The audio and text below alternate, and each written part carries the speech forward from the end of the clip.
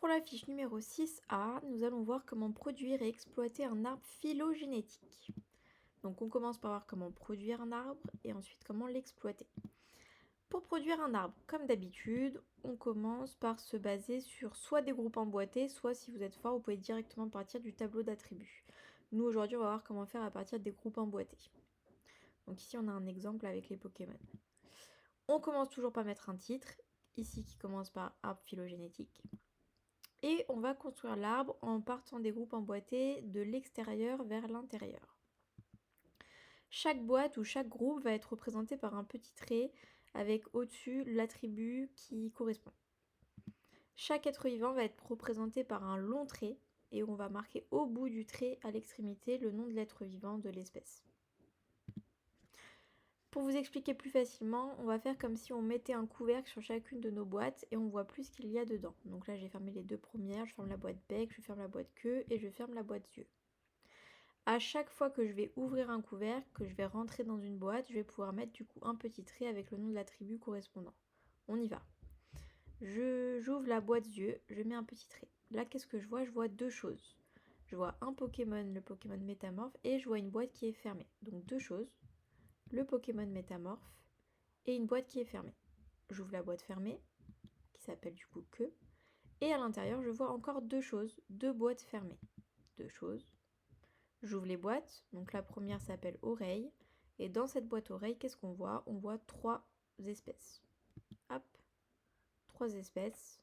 Je mets bien en bout chacune des espèces et on remarque que tous mes traits se terminent au même niveau. Toutes mes branches, vu qu'on appelle ça un arbre, chacun des longs traits va s'appeler des branches. J'ouvre la deuxième boîte, la boîte bec, et là je vois deux choses. Le Pokémon Piaf à bec et une boîte. J'ouvre la dernière boîte, elle s'appelle du coup Contour des yeux noirs, et dans cette boîte-là, nous avons à nouveau deux Pokémon, et notre arbre est terminé. Chacun des nœuds présents sur l'arbre va représenter des ancêtres communs hypothétiques, c'est-à-dire qu'on ne les a pas retrouvés, puisque tous les fossiles seraient au bout des branches au même titre que n'importe quelle espèce. Donc les nœuds représentent des ancêtres communs hypothétiques aux espèces qu'on a retrouvées actuellement. Chaque nœud doit toujours être précédé par un nouvel attribut. S'il n'y a pas un attribut avant, c'est que vous vous êtes trompé, il n'y avait pas besoin de faire de nœud. Maintenant, on va passer à comment on exploite un arbre phylogénétique une fois qu'il est construit. Alors, déjà, ça peut nous servir au même titre que les groupes emboîtés de savoir les liens de parenté qu'il existe entre des espèces. Donc, les espèces qui partagent le plus d'attributs en commun vont être les espèces les plus apparentées. Donc là, par exemple, si je vous demande quelle est l'espèce la plus proche des Roucoups, eh ben, ça va être Roucoule. Si je vous demande l'espèce la plus proche de Ratatac, d'après notre arbre ici, ça va être autant Ratata que Miaous.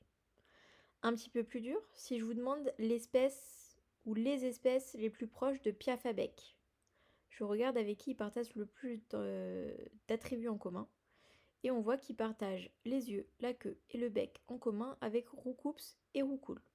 Donc il est bien plus proche de Roucoups et Roucoule que des autres espèces de notre arbre. Ça peut aussi nous servir à donner les caractéristiques des ancêtres communs hypothétiques. Si je prends celui-ci, donc cet ancêtre commun, on sait qu'il avait au moins trois attributs, à savoir des yeux, une queue et des oreilles. Autre exemple, si je prends cet ancêtre commun-là, il avait des yeux, une queue, un bec et le contour des yeux noirs. Ça peut aussi nous servir à définir ce qu'on appelle des groupes monophylétiques ou clades. Donc un groupe monophylétique, c'est un groupe qui va réunir toutes les espèces qui partagent un même attribut et l'ancêtre commun chez qui cet attribut est apparu. Donc par exemple ici, tout ce que j'ai encadré en orange, ça va constituer un groupe monophylétique, donc tout ce qui dérive après l'attribut bec. Dans la réalité, les groupes monophylétiques, on peut leur donner des noms. Donc là, si on voulait, on aurait pu appeler ça les Pokémon oiseaux.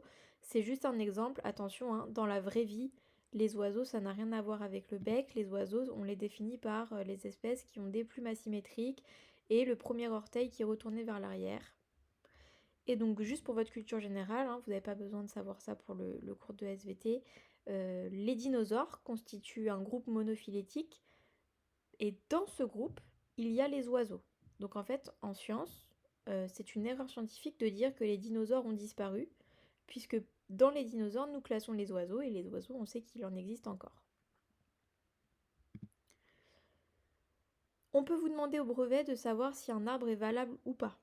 Donc s'il est bien fait ou non à partir des groupes emboîtés ou du tableau d'attributs. On peut aussi vous demander de comparer des arbres, et là il est intéressant de savoir repérer les arbres qui sont identiques, puisqu'il y a une libre rotation des branches qui est possible à chaque nœud, et il y a aussi différentes représentations possibles. Donc là vous voyez que les deux arbres qui sont présents, je vous laisse un petit temps pour regarder, sont identiques. D'accord? À chaque nœud, je peux échanger les êtres vivants. Donc là par exemple j'ai échangé Ratatac, Miaous et Ratata, mais ils sont toujours au même endroit, c'est-à-dire après l'attribut oreille. Voilà, donc là les deux arbres sont bien identiques, il faut être capable de reconnaître ça. Pareil, des modes de représentation différents. Là, les deux arbres sont identiques. Donc vous pouvez tomber sur les deux types de représentation au brevet ou au bac. Enfin, dernière chose, il faut savoir du coup, en fonction de la représentation qu'on vous donne, connaître le sens de lecture dans lequel il se lit. Donc celui qui est à gauche se lit de gauche à droite, d'accord? Donc certainement qu'au cours de l'évolution, d'après notre arbre ici, les yeux seraient un caractère apparu avant le contour des yeux noirs, ce qui paraît logique. Si vous avez la représentation de droite, l'arbre se lit du bas vers le haut. Voilà. Attention, je rappelle que les arbres qu'on a pris ici sont des arbres à titre d'exemple avec des Pokémon, c'est pas du tout les bons caractères dans la vraie vie et l'ordre d'apparition qui correspond dans la vraie vie. Voilà.